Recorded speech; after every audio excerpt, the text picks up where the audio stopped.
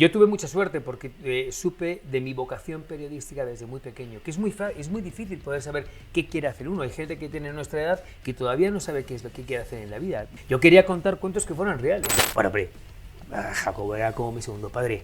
Por supuesto, a Jacobo, a don Emilio y a Emilio Azcárraga les tengo una deuda de agradecimiento permanente. Jacobo dice que quién quería ir a la guerra. Y entonces en ese momento yo pensé, tengo 25 años, no tengo compromisos, no tengo responsabilidades, no tengo mujer, no tengo hijos, no tengo hipotecas, no tengo nada que me ate. Y tengo una vida por delante muy promisoria, o no, porque me podrían matar. Tú tienes que estar siempre en alerta en una guerra y saber que puedes no volver, porque es que es verdad que puede pasar. Yo he tenido compañeros que no han vuelto. A mí no me pegaron el tiro que le dieron a Julio Fuentes por un milagro que hubo, literal. A Julio Fuentes lo desorejaron y luego lo mataron en Afganistán. ¿Cuál sería la guerra más que te marcó? Yugoslavia. Mira, ni Ruanda, ni Irak, ni Afganistán, ni Somalia, que mira que Somalia... No, la guerra de la antigua Yugoslavia, yo no he vivido nunca nada igual. Cuando yo entro en Sarajevo con Plácid García Planas, de La Vanguardia, Plácid me dijo, Alberto, abre muy bien los ojos, porque él ya había estado. Lo que vas a ver aquí en Sarajevo no lo has visto nunca y probablemente no lo vuelvas a vivir. Tenía toda la razón. Llegó un momento en que yo ya no sabía vivir sin las guerras.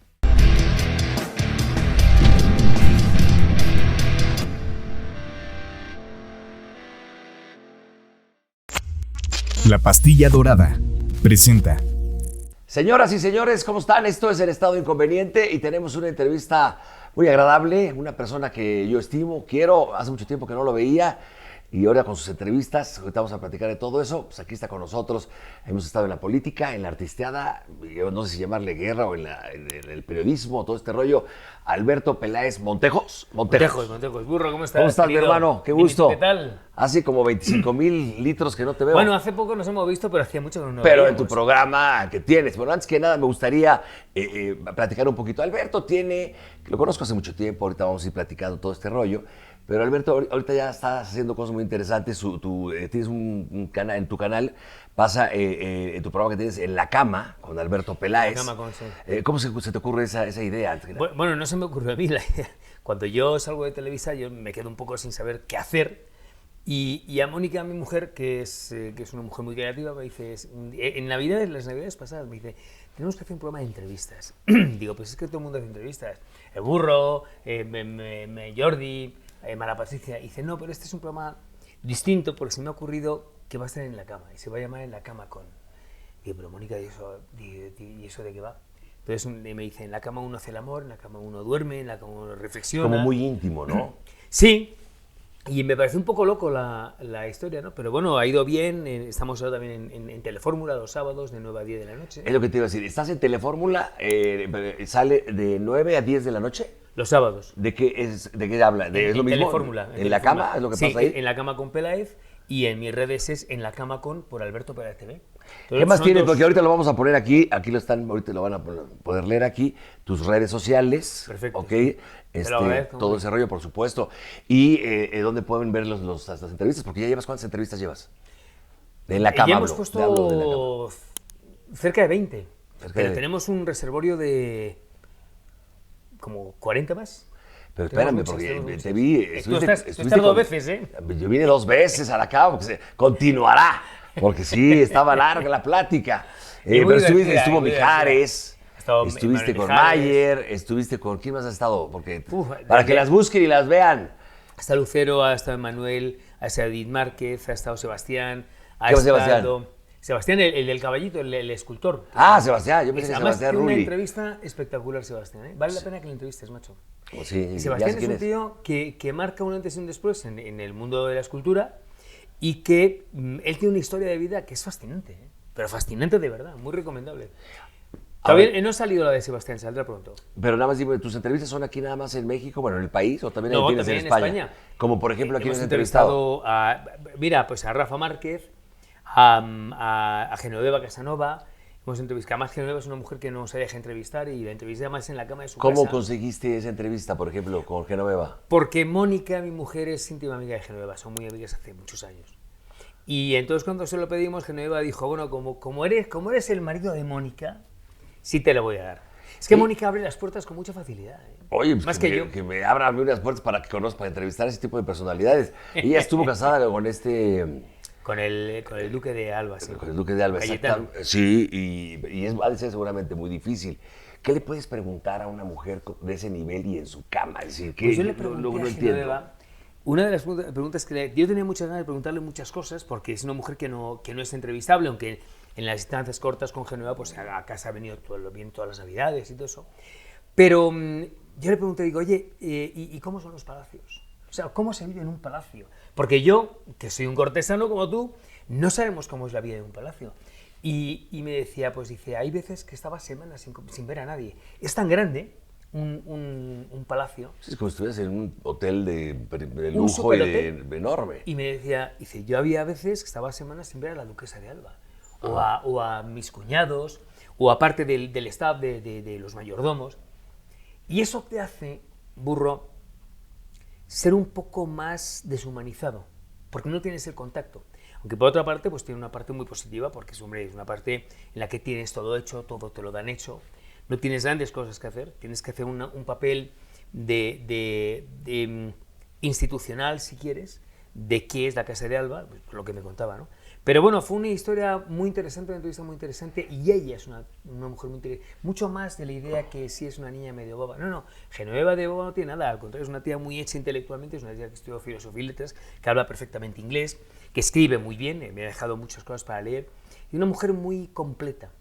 Sí, pero exactamente, pero como lo que tú has dicho, que es poco, como tiene muy poca relación luego en la calle o Poco con personas, a poco lo mejor accesible, es sí. difícil entrevistar a ese tipo de personajes, Yo te ¿no? consigo una entrevista. ¿Mandé? Yo te consigo la entrevista con Genoveva. Cuando venga. Sería maravillosa cuando venga. Pero bueno, vamos un poquito más para atrás y ya luego ya nos seguimos con todo este rollo. Tú naces un 22 de febrero del 64, eres Piscis. Yo soy Piscis. No soy Piscis, soy Piscis. ¿Por qué Piscis? Aquí siempre estamos de broma en México, pero tú eres Piscis. Digo, no soy Piscis, soy Piscis. Hay una C, Piscis. Y entonces a los mexicanos les cuesta mucho decir lo de Piscis. Eso es un chiste de la anaconda, porque tiene un amigo aquí en México, es para mexicano, tiene un amigo que le dicen el anaconda, ¿por qué? Entonces, Aquí queremos mucho. es que en España no hay apodos, imagínate, ¡el anaconda!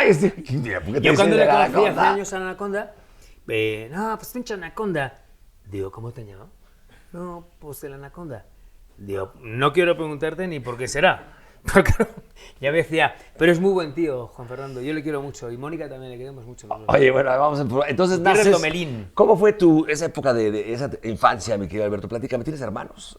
Somos 5. Cinco Bueno, hermanos. has conocido a Mimi, que vino hace un rato. Sí, pero ¿tú eres qué número de los 5? Yo soy el segundo. El segundo.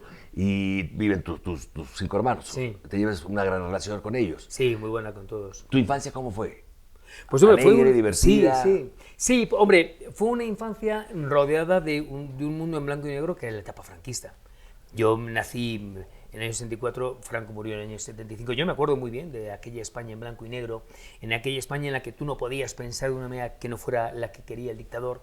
Y siendo aún así, y además yo me crié en un colegio de curas muy duros, muy retrógrados, nacionalistas del PNV, del País Vasco. Y yo me acuerdo que todos los días nos pegaban, ¿no? Todos los días.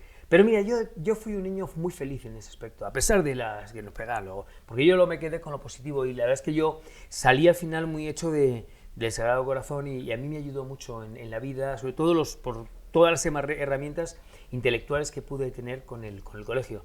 Y hacíamos una vida muy de barrio, burro. Muy de barrio me refiero a que estábamos todo el día en la calle. Pero se veía alegría en los niños, por Sí. ejemplo, con el franquismo y todo ese rollo. Yo ¿Qué con cosas mis positivas compañeros, le sí. pudo haber dejado a un niño en esa época?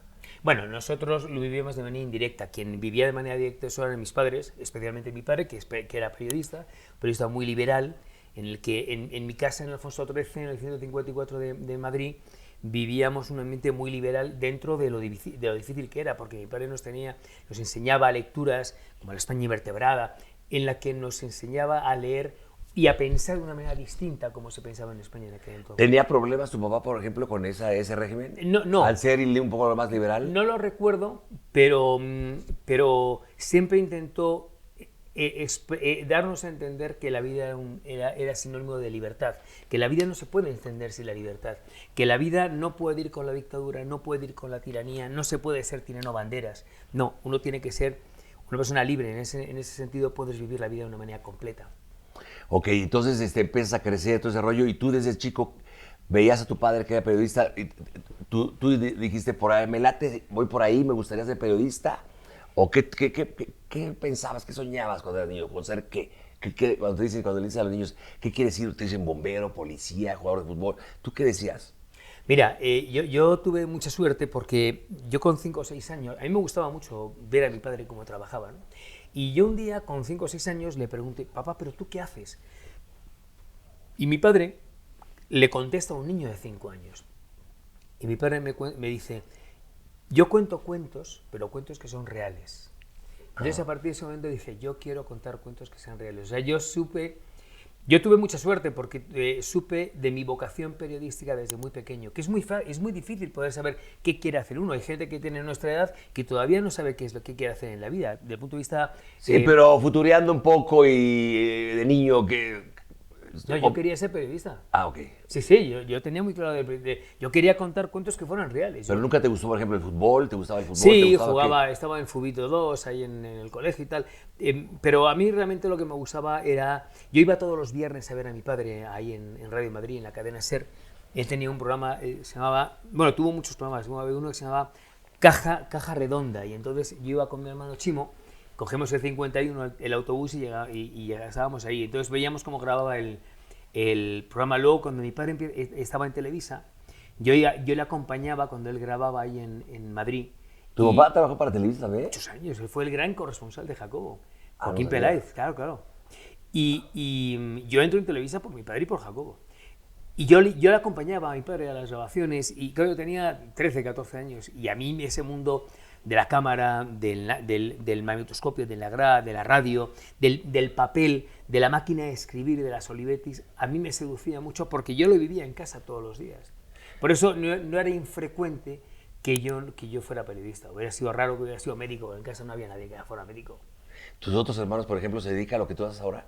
Bueno, Cayetana trabajó de hecho en Televisa unos años y ella también es periodista y Mimi, Chimo y Cayetana estudiaron, y Jesús estudiaron Derecho y cada uno se ha dedicado a temas distintos, pero todos hemos tenido que ver de una manera directa o indirecta con el mundo del periodismo y sobre todo con México. Yo y mis hermanos no entendemos la vida sin el concepto de México, porque así nos lo enseñó mi padre desde que éramos unos niños. Entonces empiezas a crecer y ¿en qué momento se da tu primera oportunidad? ¿Estudiaste? Porque ¿estudiaste en Harvard tú? Sí. ¿Y en una universidad allá en Madrid? En la Complutense, sí. Okay. ¿Qué estudiaste ahí? Periodismo. Periodismo. ¿Y en Harvard? Hice el posgrado de 6 meses de periodismo, de comunicación internacional. ¿Y en qué momento ya es tu primera chamba? ¿Qué es lo primero que haces ya cuando saltas al terreno de juego? Yo empecé, yo era actor de doblaje, porque mi padre había hecho de todo, un hombre muy prolífico. Y entonces un día yo tenía 17 años, y un día dice, oye, ¿qué habla con Fernando Mateo, que era una de las grandes voces, porque eran muy amigos, que si queréis hacer una prueba de doblaje? Y entonces yo me voy con Chimo y con Mimi a hacer una prueba de doblaje a Magna, y hacemos unos personajes de la abeja maya. Y entonces les gustó cómo lo hice y yo estuve doblando cerca de 10 años. Y ya empecé a compaginarlo con la carrera. Yo fui corresponsal del Canal 47 Habla Hispana de Nueva York con 18 años, pero yo quería aprender la mente de la tele. Entonces mi padre me dice, mira, vete a México para que te enseñen lo que es televisión Jacobo. Había estado un año antes en Radio Montecarlo en París haciendo unas prácticas de 6 meses. Y en el año 85 vine para acá. ¿Fue la primera vez que vienes? No, yo había venido con 12 años. Bueno, pero otra historia. Conocer el país. Pero ya, como en el aspecto trabajo, hacer unas prácticas. Tú llegas en un momento, en un año crucial, importante, el temblor. Antes del temblor. A mí me tocó aquí. ¿Te tocó aquí en septiembre? Yo vivía en la calle Carlos B. Cetina, en la Roma, y Mónica vivía también, que a la que mi mujer de toda la vida, que no nos conocíamos. ¿Dónde la conociste a tu mujer, a Mónica? Aquí en México, en Cancún. Pero no en esa visita a México. No, y estábamos a 1 kilómetro de distancia y no nos conocimos. Y luego, muchos años más tarde, nos conocimos. 15 años más tarde, fíjate. Te tocó el temblor de 85. Sí, ¿Ya estabas trabajando? Sí, yo estaba en ese momento a las 7 y 19 minutos que yo estaba en la casa. Como estaba muy cerca del centro, aquello fue una de las primeras veces que yo sentí el olor de la muerte. Porque luego al día siguiente, el de 6.8, me tocó en Televisa San Ángel con Jacobo, nos mandaron a todos allá a trabajar y me acuerdo que salimos todos despavoridos, ¿no? menos Jacobo y Sarita y Domingo Álvarez, que se quedaron en el foro. Todos salimos corriendo, menos ellos, que demostraron una gran valentía. Pero entonces, a ver, llegas a México, Jacobo ya lo conocías tú seguramente. Siempre Jacobo me sacó casi de la pila bautismal, a mí y a mis hermanos. Okay, eran muy amigos, mi padre Jacobo. Lo primero que él te da la oportunidad de entrar a Televisa. No, él lo que hace es, me ofrece la posibilidad de hacer unas prácticas gracias a mi padre. Yo empiezo a ir, pues, departamento por departamento. Fui a la redacción de 24 Horas, que fue el gran abrevadero de los que hoy somos periodistas.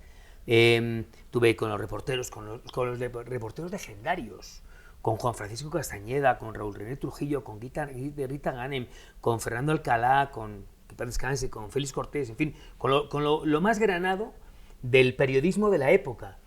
Todos los que nos hemos dedicado al periodismo, Burro, somos hijos de todos aquellos. De esos grandes escritores. Del Zorro Rentería, o sea, había gente ahí, no quiero pecar de omisión, había gente muy valiosa, todos eran muy buenos, de Paco Ramírez, yo creo que hubo gente ahí, Patiño, gente muy, muy potente. Y luego yo fui departamento por departamento. Y había un programa que se llamaba 6 en punto, que era para jóvenes, un noticiero para jóvenes, estaba Flor Berenguer, estaba Adela, estaba Anselmo Alonso, Max Sau, Crispín Barrera. Y ahí me quedé como el corresponsal jovencito, éramos todos, en España. Aunque yo estaba en México, hacía notas y luego ya me fui a España y ya las hacía desde allí. Y ya me quedé, entonces de ahí salió Memo Ochoa, estuve con él un tiempo. ¿En hoy mismo? Claro, en hoy mismo. Luego empezó ECO, que fue la gran eclosión del periodismo mexicano. Eso era como el sueño que tenía el señor Azcárraga. ¿Tú conociste al señor Azcárraga? Hombre, y no solamente le conocí, yo le quise mucho. Fue un tipo... Don Emilio fue un tipo realmente espectacular, de verdad. Era duro, pero era agradecido. Tenía un carácter fuerte. Era un tío formidable. Pero, porque a veces te decía, yo no vengo aquí a felicitar porque es tu trabajo. Pero hay veces que a nosotros nos fue felicitar. Nos llamó para felicitarnos a mí y Esteban del Calabozo. Imagínate la mugre de programa que hacíamos y nos felicitó. La primera vez que yo tuve una gratificación fue cuando fui al Kurdistán y don Emilio Azcárraga me dio una gratificación. Jacobo me llamó para decirme, quiero, don Emilio, darte, dile que yo nada más quiero su amistad, que no quiero, de verdad, no, nada más no lo quería. Yo le agradecía mucho, pero yo quería de verdad ser amigo de don Emilio porque era un hombre muy completo. Y finalmente me dio la gratificación, me lo mandó un banco estadounidense o algo así. Y fue un hombre extraordinario. Entonces siempre que venía a México, le venía a ver. Y en aquel pasillo que tenía 5 o 10 personas esperándole, yo llegaba, ¿qué pase? Y se lo pasaba muy bien conmigo porque era un chico muy joven que le empezaba a contar cosas de la guerra. Y le gustaba mucho. Y teníamos una gran sintonía. En una ocasión me dijo, a mí no me llames más don Emilio. Y digo, es que no me va a salir. Pero yo le estoy muy agradecido a don Emilio. Le tengo un enorme agradecimiento y eterno a Emilio Azcárraga. De verdad, ¿eh? Y también seguramente a Jacobo. Bueno, hombre, Jacobo era como mi segundo padre. Por supuesto, a Jacobo, a don Emilio y a Emilio Azcárraga les tengo una deuda de agradecimiento permanente, que más allá de si estoy o no estoy en Televisa, eso es distinto. Pero a la institución, yo nunca jamás escucharé a nadie que yo diga una palabra distinta de Televisa, de lo que siempre he querido, porque, Burro, yo tengo Televisa grabada en el corazón. Pues es que no puedes ser malagradecido y se nota luego que no lo eres y eres al contrario, eres agradecido. Pero es que además y si ya no estás, será por otros motivos, ¿no? Pero además yo te digo una cosa. Yo tenía 5 años cuando yo escuchaba el nombre de Zabludovsky, de Azcárraga, de Televisa, porque mi padre trabajaba para Televisa. Y era una cosa muy recurrente y lo escuchábamos todos los días. ¿Cómo no voy a tener yo tatuado el corazón a Televisa? Pues por supuesto, es mi casa y lo será hasta el día que me muera. Entonces sigues caminando con todo este rollo, aprendes aquí, subiste en varios lugares, redacciones, hasta que ya te vas tú ya a España y eras el corresponsal de Televisa, Noticias Televisa, allá en España. De todo lo que sucedía y todo lo que... Guerras. ¿Cuántas guerras has sido? 20. ¿La primera guerra que fuiste cuál fue? La del Pérsico 1. La vez que estaban... ¿La que se llamó La Tormenta en el Desierto? Efectivamente, en el año 90. Eso. ¿Quién te manda? ¿Te manda Televisa? Sí, yo estaba de vacaciones aquí en México y mi padre tenía la sana costumbre de decirme, siempre que vaya a Televisa, vete a ver a tus jefes, a tus compañeros, es bueno que los conozcas y que los frecuentes. Ese día, ese 2 de agosto que Saddam Hussein invade Kuwait, yo estaba aquí en México y fui como iba siempre a Televisa a ver a mis amigos. Y Jacobo llama a una junta Y yo me acoplo a la Junta. Y Jacobo dice que quién quería ir a la guerra. Y entonces en ese momento yo pensé, tengo 25 años, no tengo compromisos, no tengo responsabilidades, no tengo mujer, no tengo hijos, no tengo hipotecas, no tengo nada que me ate. Y tengo una vida por delante muy promisoria, o no, porque me podían matar. Y me levanté el dedo y entonces me fui a esa. Y luego de ahí fui empalmando, me fui reenganchando como... Y es que llegó un momento en el que yo ya no sabía vivir sin las guerras. Por eso, pero ¿cuál es tu experiencia cuando te dicen vas y te mandan al Golfo? Bueno, me morí de miedo. Sí, vas con una adrenalina especial, es algo dificilísimo. Porque además era la primera guerra. Que luego en esa guerra no creo... Pero creo que no llegaron a haber tiro ahí, ¿o sí? Sí, en Bagdad. Pero yo nunca estuve en Bagdad. Pero me recorrí Arabia Saudita, Jordania, los Emiratos. Fui al Magreb y ahí pude entrevistar a Yasser Arafat, que nunca, prácticamente nadie le había entrevistado. Y 8 días más tarde a Muammar el Gaddafi. Sí, era un personaje... ¿En Trípoli o dónde lo entrevistaste? No en Trípoli, a las afueras de Trípoli. Sí. Entonces, bueno, fue una entrevista que te dejó. ¿Cuánto tiempo te aventaste ahí? No crees que mucho, ¿eh? Estuve como 12 días o 15 días en Trípoli y como otros 15 días en Túnez para conseguir las entrevistas. Para no mencionar todas las guerras, porque son 20, me estás hablando, ¿cuál sería la que más te impactó, la que más violencia viste, la que más te dejó marcado? De repente hasta sueñas con eso, porque un periodista de guerra, no sé, yo te podría decir que llegan un poquito locos, a ti te veo normal. Y no te creas, pregúntale a Mónica. Preguntas con Lalo Salazar, hablas con él y se le va la onda a Lalo Salazar.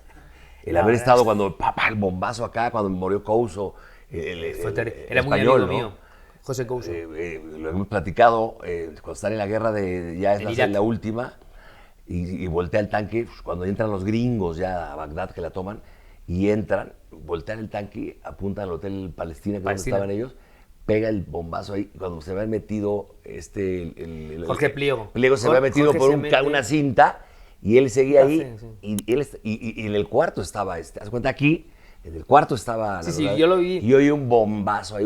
Yo lo vi muy de cerca porque son miles de balines los que pegan ahí. Couso era muy amigo nuestro. Español, ¿no? Sí, y trabajábamos juntos porque Couso cubría el Parlamento. Y yo iba mucho al Parlamento, entonces éramos buenos amigos, un gran tipo, José Couso. Y yo llego a Bagdad 3 días después de la muerte de José Couso, a relevar precisamente a Lalo. ¿Cómo estuvo todo el rollo ahí? Sí, claro, cómo no. Cuando pegan el tiro, que empiezan a gritar como locos y estaba desangrado, si no se lo llevan, si no le arrancamos la pierna, se muere. Sí. Y sin anestesia, una cosa terrible, y obviamente... Bueno, lo que pasa, Burro, es que uno tiene que tener muy claro, cuando uno va a una guerra, tiene que tener muy claro que puede no volver. Y tienes lo tienes muy presente, ¿no? Lo tienes todo el tiempo. Y si no lo tienes todo el tiempo, eres un inconsciente, porque entonces los 5 o los 6 sentidos, si quieres, o los 10 sentidos, o los 200 sentidos, bajan. Tú tienes que estar siempre en alerta en una guerra. Y saber que puedes no volver, porque es que es verdad que puede pasar. Yo he tenido compañeros que no han vuelto. José Couso, Julio Anguita Parrado, Julio Fuentes, que a Julio Fuentes a mí no me pegaron el tiro que le dieron a Julio Fuentes por un milagro que hubo, literal. A Julio Fuentes lo desorejaron y luego lo mataron en Afganistán, en un convoy que habíamos organizado Juan y yo, y que a mí me mandan a última hora, me mandan a Kandahar, y en ese convoy es el que muere Julio Fuentes. Pero a ver, ¿qué otra? Te pregunté, creo que te interrumpí ahí, ¿cuál sería la guerra más que te marcó? Yugoslavia. Mira, ni Ruanda, ni Irak, ni Afganistán, ni Somalia, que mira que Somalia... No, la guerra de la antigua Yugoslavia... Que duró años, ¿no? Pues sí, duró desde el año 91 hasta el año 98 prácticamente. Porque primero fue Eslovenia, luego fue Croacia, luego fue Bosnia, luego fue Serbia. Yo viví todas, Kosovo, porque estuve en todas las guerras con Kasia Widerko. Y la guerra de la antigua Yugoslavia, yo no he vivido nunca nada igual. Cuando yo entro en Sarajevo con Plácid García Planas, de La Vanguardia, Plácid me dijo: Alberto, abre muy bien los ojos, porque él ya había estado. Lo que vas a ver aquí en Sarajevo no lo has visto nunca y probablemente no lo vuelvas a vivir. Tenía toda la razón. O sea, a ver, nárranos un pasaje de esa guerra. Mira, la primera vez que yo vi morir a una persona fue en Vukovar. En Vukovar había en Osijek. En Osijek había es que son 3 ciudades seguidas, Osijek, Vukovar y Minsk, sí. Había unas calles principales, en una de ellas una especie de soportales. Yo estaba tomando un café a las 7 de la mañana, un café turco, porque la influencia otomana era muy potente allí, Y la presencia del francotirador en la antigua Yugoslavia era muy activa. El francotirador existe desde que existen las guerras, pero en la antigua Yugoslavia era especialmente activa. Entonces yo estaba tomando un café y veo un grupo de gente que empiezan a querer cruzar. Entonces miran a los edificios, en la parte alta de los edificios, que es donde estaban los francotiradores. Y entre esa muchedumbre aparece una joven hermosísima, pelirroja, de ojos verdes, que me la quedo mirando por lo guapa que era. Entonces ellos siguen mirando y en un momento determinado una persona comienza a caminar y le siguen el resto. Van un paso más o menos rápido y yo permanentemente me la quedo mirando. Cuando están a 4 o 5 metros se escucha ¡papá! 2 tiros. Y esta muchacha, esta chica tan hermosa cae. Y es que le habían volado la tapa de los sesos.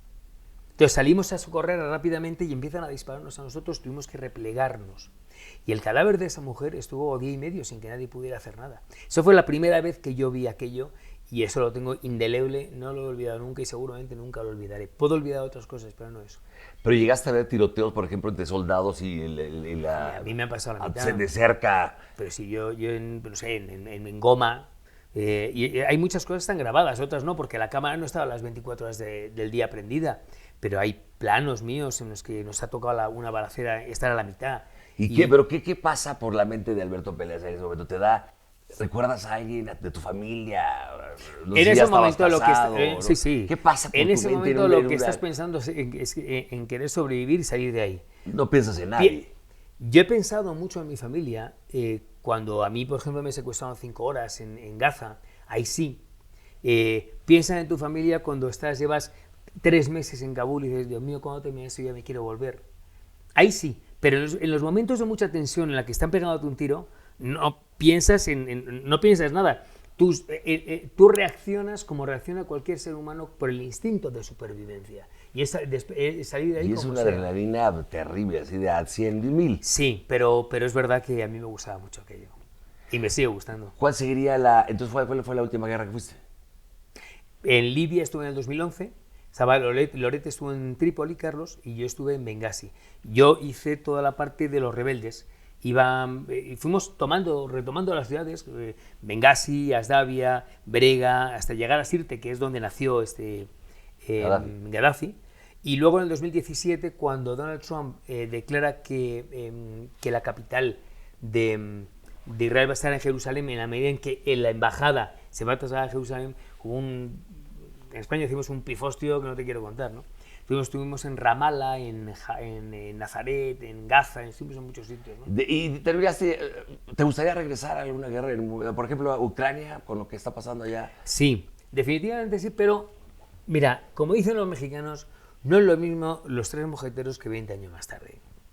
Yo me encuentro en condiciones físicas e intelectuales muy bien, de verdad, creo que estoy en la mejor época de mi vida. Pero es verdad que el ambiente que te rodea, ya es diferente. De tu mujer, de tus hijos, de tu familia, de tus amigos, de que tienes que terminar de cuajar lo que va a ser el principio de la vejez. Pues hombre, no me veo yo ahí solo, como yo en la antigua Yugoslavia, yo llegué a dormir, burro, en costales en primera línea, a dormitar. Pero literal, hoy no haría eso. Es lo que te iba a decir, ¿se puede dormir en una guerra? Se puede dormitar. Pero yo hoy no haría eso. Ahora, si voy con un grupo de gente, entonces sí, pero yo solo como hacía antes, yo con mi alma, con el Juanito y con un chaleco antibalas que había que verlo. Usabas chaleco, obviamente. Las primeras no, luego ya sí, luego ya tuve chaleco y casco y que vale para pura madre, ¿no? Mira, yo en Israel me dieron además del chaleco, supuestamente una escafandra entera que te vestía para que lo combatía supuestamente el gas nervioso, el gas mostarda, ¿no? Yo cuando me lo pongo, además de que parecíamos 2 preservativos, te lo juro, literal, amarillos, es que tenías que vernos, de hecho, nos dimos unas fotos, Juan y yo. Por eso que por ahí no entraba el... Supuestamente. Yo creo que eso no lo paraba ni el aguarrás. Con eso te digo todo, porque yo cuando me lo pongo y lo veo, digo, ¿pero qué es esto?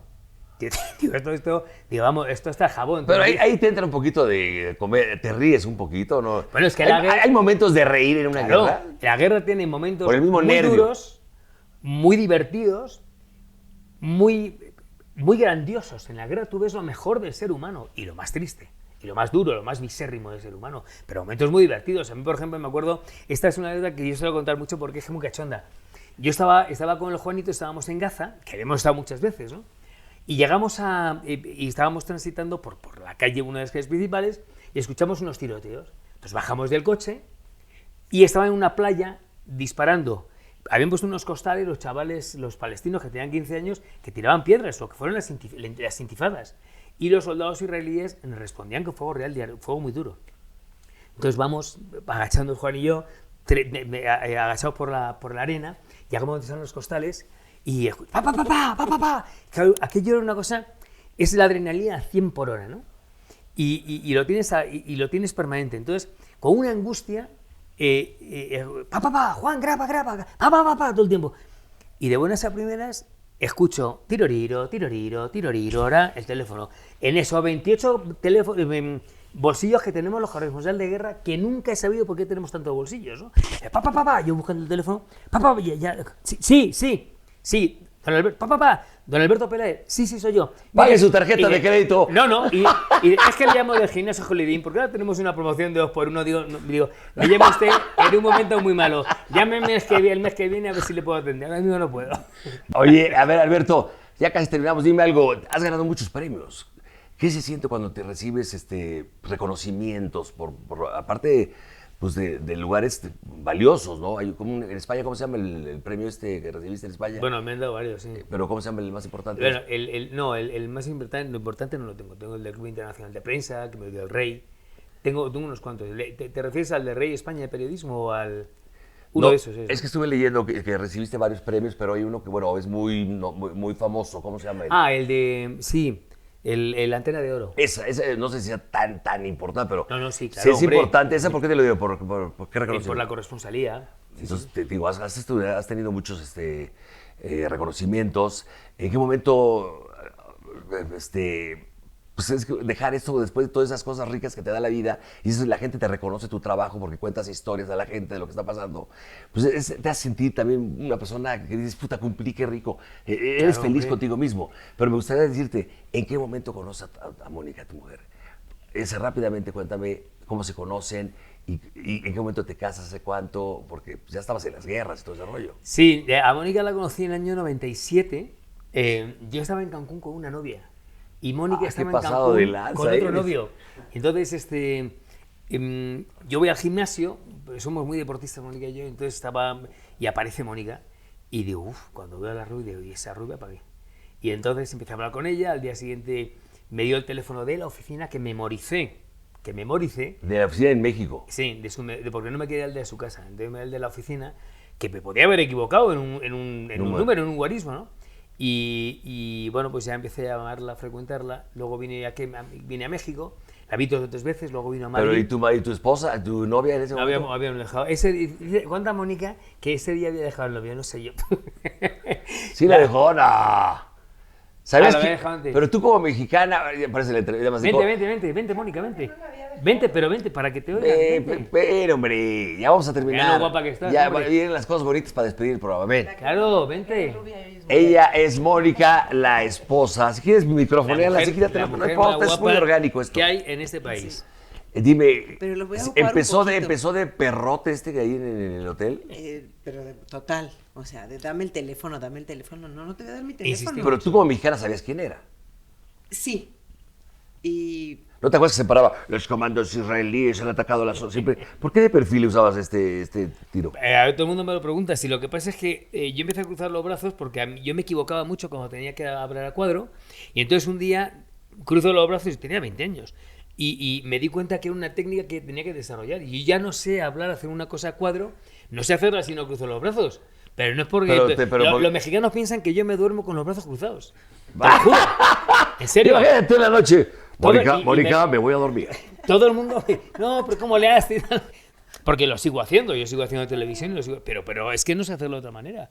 Pero no es nada o sea, no es nada, vamos a hacer algo de marketing. No. Bueno, Entonces, pero a ver, dejas ¿Sabes qué? de tu teléfono, te empezó a hablar en México. Me empezó a hablar en México, pero lo más curioso, Burro, es que yo un mes antes de conocer a Alberto, yo estudié periodismo. Y a un hermano mío en paz descanse, que ya murió, yo llegué corriendo de una cita, pongo la tele para ver Eco, y de repente llega mi hermano, le cambia de canal, y le digo, no le cambies, espérate, solo quiero ver a este chavo, el de España. Y entonces, pues espero un momento, veo Eco, veo que sale Alberto Peláez, y me quedo viendo la tele y le digo, es que, ¿sabes qué? Le digo, no es mucho mi tipo de hombre, pero no sé qué... Pero no sé qué sé no yo. sé qué tiene, le dije, que me encanta este chavo. Le dije, es más, si yo le pidiera un deseo a Dios, me encantaría conocerlo en persona.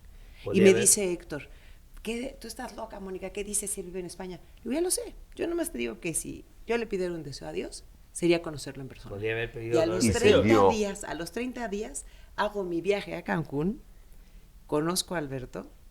Podría haber pedido $20 millones y conocerme. Y mira, ya estamos arreglados. No, yo de haber sabido... El genio estaba...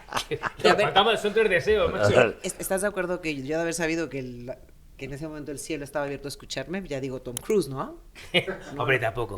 Tampoco, Mónica, tampoco. Te quiero muchísimo, hombre, pero... Tampoco, no es que yo sea de un grupo, vamos, tampoco estoy de mal ver. ¿Qué es que se empieza la madre aquí en la entrevista? No, espera.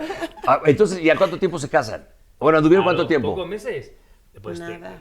Estuvimos... Mónica se viene a Madrid en octubre y nos casamos en febrero. Y luego tú viniste a la boda, pero ya a la civil, a la religiosa, que fue en septiembre. Sí, que se armó una Guadalacatenga, Nakayashi, ¿no? No, Muy fuerte. divertida. Muy divertida. Ahora, tú como mujer, Mónica, dime una cosa, cuando tu esposo va a una guerra, ¿qué es lo que pasa por tu cabeza? Bueno, yo la verdad siempre fui consciente de con quién me casaba. Entonces, no te puedo decir que entraba en pánico, porque realmente fue algo muy curioso, porque es que Alberto y yo realmente, conocernos, nos conocimos 4 semanas. A las 4 semanas me dice, ¿te casas? Yo digo que sí, y luego planeamos la boda, y fue viviendo que yo empiezo realmente a conocer a Alberto y darme cuenta con quién me había casado, ¿no? Aterrizo información. Pero no te equivocaste. Pero no te equivocaste. Bueno, llevaba 25 años, macho. Por eso digo, no te equivocaste. No. Pero O no sea, cuentes mis cuando yo defectos. dije me gustaría conocer a Alberto, nunca me equivoqué. O sea, No cuentes mis defectos. No. Pero no te puedo decir que Yo entraba en tampoco tengo. pánico. Bueno, pero a ver... El tema de la guerra, no te puedo decir que entraba en pánico, porque te voy a ser muy honesta. Fuimos padres muy rápido. O sea, llegó Constanza, los dos quisimos que llegara Cons. Prácticamente inmediatamente a los 2 años llegó Joaquín. Y mis hijos lloraban tanto que yo no sé, para mí, qué era peor. Si que Alberto se fuera a una guerra, o la guerra que yo tenía interna con mis hijos. A mí me pasó, yo llevaba a Mónica y me decía, no, pues no me llames, que te prestas a los niños, estaba todo el día igual, ¿no? Y Joaquín no hace más que llorar y llorar. Total, que yo pido una semana de vacaciones, estaba en Kabul y me voy a México una semana. Y cuando dejábamos a Joaquín en la cuna a las 7 de la tarde, a los 3 minutos, hasta las 7 de la mañana. A los 4 días dije, bendito Kabul, yo me voy a Kabul a dormir. Era imposible conciliar el sueño con Joaquín, ¿sabes? ¿Sí? Era terrible. Oye, en exclusiva dime una cosa. ¿Qué es lo que nunca te gustó de este señor? No digas. Yo conozco a mi vieja, te lo puedo decir. A mí me gusta que sea tan desordenado. De repente veo el tiradero ahí, los perros hagan pipí en la calle, en las alfombras, y son de ella. Y le digo, bájalos de aquí, duermen gatos, puyos encima de mí. Pues yo soy mucho como tu Pero mujer. ¿qué es lo que no te gusta de él? Si quieres ver reír a Dios, ¿no?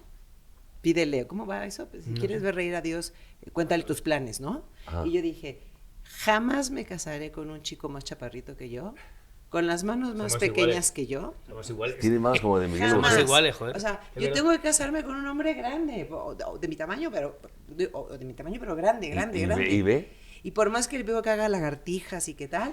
Oye, no soy nada mal. No, bueno, a es que ver, crecer o que lo estiren. Alberto está increíble, lo amo, lo adoro, pero yo debo confesar que la primera vez que estuvimos en la intimidad, tuve que asimilarlo, porque Ajá. de repente dije... Oye, eso ya esto. Mira, Digamos, te pregunté bueno, una ya, cosa, ¿qué? pero no, tú te fuiste por otro Ya, lado. Claro, pero... Eso, pues. Ya sabes, la típica cucharita, Bueno, ¿no? ya. Así, y de repente Bueno, Mónica. me está pasando y me dice, mi amor, y hago yo así, y no veo a nadie. Y estaba hasta Entonces, allá abajo sí, el güey. Bueno, ya. Ya que te conozco. Esto lo tengo Buenas encima. noches, Joaquín. Ese es el informe desde aquí, desde... Oye, no, ya vamos a acabar. Dime Esto algo, lo tengo por que favor. asimilar. Oye, y aquí, ahí está Juaco, vete para acá, vente. Que venga mi hijo. Juaco, vete. para acá. Vete, Aunque Juaco, no- vete. Ya está, falta nada más Oye. Constanza que no ha venido, pero bueno. Pero, Vas, Aquí está no vayas a aquí está tirar el actor, tu refresco. ¿Eh? Aquí están los actores. Oye, dicho esto, que los chiquitines son los mejores, ¿eh? Luego ya asimilé muy bien todo. ¿Te das cuenta? Macho? ¿cómo es tu padre? Depende. ¿Cómo decir? Tú sí me puedes decir dónde dices, hijo, ahora sí mi papá se pasó. No me late este rollo. Dios mío. Desde el punto de vista ya no profesional, ya personal. Ya personal. No, profesional es un profesional. Pero ¿qué es lo de como padre que dices, puta, ahora sí? Estoy empezando a sudar, ¿eh? Nada más dime una. Tampoco se trata de ventilar. Es que hay tantos que ya no se espera. Algo que te moleste de tu padre, como padre, no hablo como profesional Yo le digo que no sabe guardar secretos. Ah, si tú le cuentas algo, ¿va y lo dice? Sí, no sabe, se le Jorge sale. Pliego me ganaba, ¿eh? Yo me acuerdo de chiquito que de repente yo dejé de ya consultarle. Porque de chiquito decía, no, pues es que me gusta tal chica y de repente, no, pues hace esto y lo otro. Y yo Llegaba era la muy chica, oye, ¿le tímido. gustas? Sí, Ok. no, de verdad, o sea, así era, porque obviamente yo era muy tímido. Yo, no, es que papá no me sale y no sé. Y de repente la veía en el colegio mi papá y inventé, oye, que mi hijo quiere hablar contigo. No, qué poca... Oye, papá. Y digo, Sí, no, y digo, no, recorcholis, no, porque en ese momento tenía 7 años, recorcholis, papá. Pero no, tío, recorcholis, Sí, tío, no sí. me hagas esto, tío. Y entonces, ya de repente viene la chica y, ¿quieres hablar conmigo? Y yo, no, Sí, no fui un buen consejero, eso es verdad. Oye, mi querido Alberto, eres tremendo, pero eres un tipazo. Gracias. Porque varias veces en España fuimos con Esteban y tengo fotos ahí en la Gran Villa. pasamos muy bien. No me acuerdo, en varios lugares que sacamos fotos, comimos con Esteban Arce y la pasamos muy bien. Dime, para terminar, ahora sí ya, has entrevistado a muchas personalidades. ¿Quién habrá sido la personalidad que más te haya impactado que has entrevistado? Esto es una pregunta que me hacen mucho y siempre cuento lo mismo. Yo creo que Yasser Arafat. Mira, Arafat fue el líder de la OLP. De la OLP y de que tenía Organización de Palestina. Luego fue presidente de Palestina. Y al final, es verdad que Arafat era un terrorista. Pero un terrorista que había ido en el año 73 a Naciones Unidas y dijo, esto podemos arreglarlo con esta rama de olivo, es decir, con la paz, o con este revólver con la guerra. Y no hubo nunca una capacidad de negociación por parte de Israel. Ahora ya sí, es distinto, cambió. Aunque tampoco... Pero se siguen rompiendo la madre cada rato. Sí, por eso. Pero ¿Le en ves, aquel entonces- ¿Le ves fin a ese? No. Porque los niños Mira, desde que nacen se odian. El día que se arreglara la situación de Jerusalén, la capitalidad de Jerusalén, seguramente el 60% de los problemas que hay en el Oriente Medio se arreglarían y por lo tanto el resto del mundo. Pero no hay ningún tipo de capacidad de diálogo, no hay capacidad de negociación, no quieren arreglarlo. Y Arafat, ¿Por intereses? Por diferentes intereses. O sea, Palestina es un estado ampliamente corrupto. Y mira que yo tengo una relación muy buena con palestinos y con israelíes. Y todos en el fondo tienen gran interés en que continúe el proceso. En la medida en que el proceso continúe, todo el mundo cobra sus sueldos, todo el mundo llega a final de mes, porque uno tiene que ver la política en esa micropolítica. Con los líderes palestinos, los líderes israelíes, los diferentes actores que se manejan, todos lo que están buscando, como el resto de los políticos, Burro, en España y en México, que es lado, uno busca su día a día y llegar a final de mes, y que al final de mes reciba su sueldo. Así es. No se te hace desagradable, vivimos Muy pero hablo del muy mundo, no hablo ni de partidos políticos muy aquí, desagradable. sino en la sociedad ya a Mundo nivel global. mundial. Es así. Que ya somos muy, Pero somos todos- muy cochinos, somos muy Pero bueno, de mente es muy un- pequeña y muy Sí, sí, mal, completamente. ¿no? ¿Cómo ves, por ejemplo, la violencia en México? Yo creo que esto no es un tema de administraciones, es un tema que es endémico, que está De pasa educación, en todo el cultural, país. muchas cosas. Sí, por eso yo creo que las reformas educativas que planteaba Peña creo que estaban muy bien.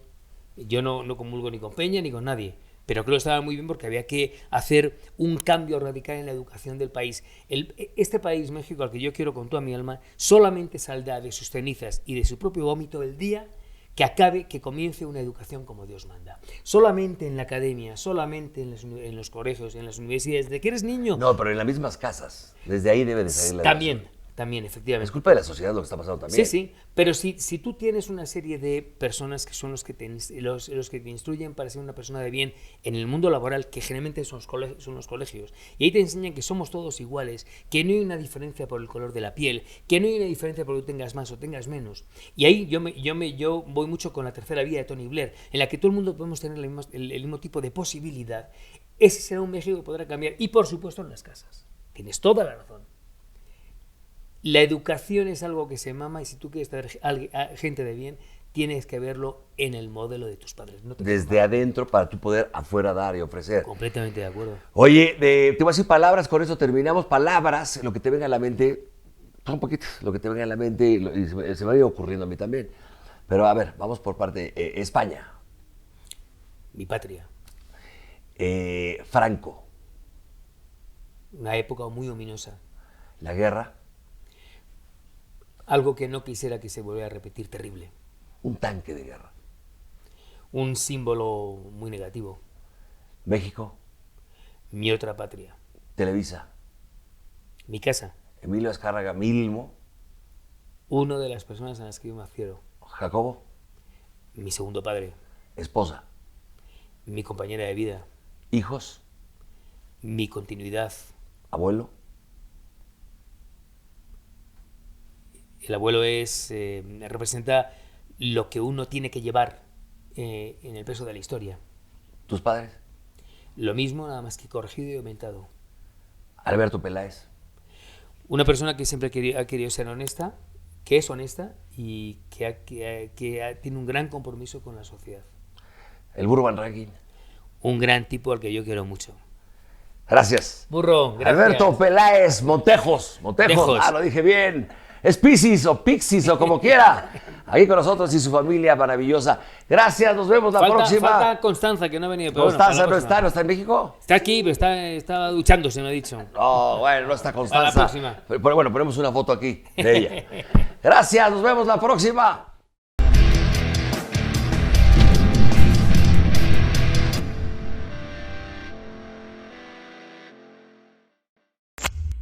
La Pastilla Dorada presentó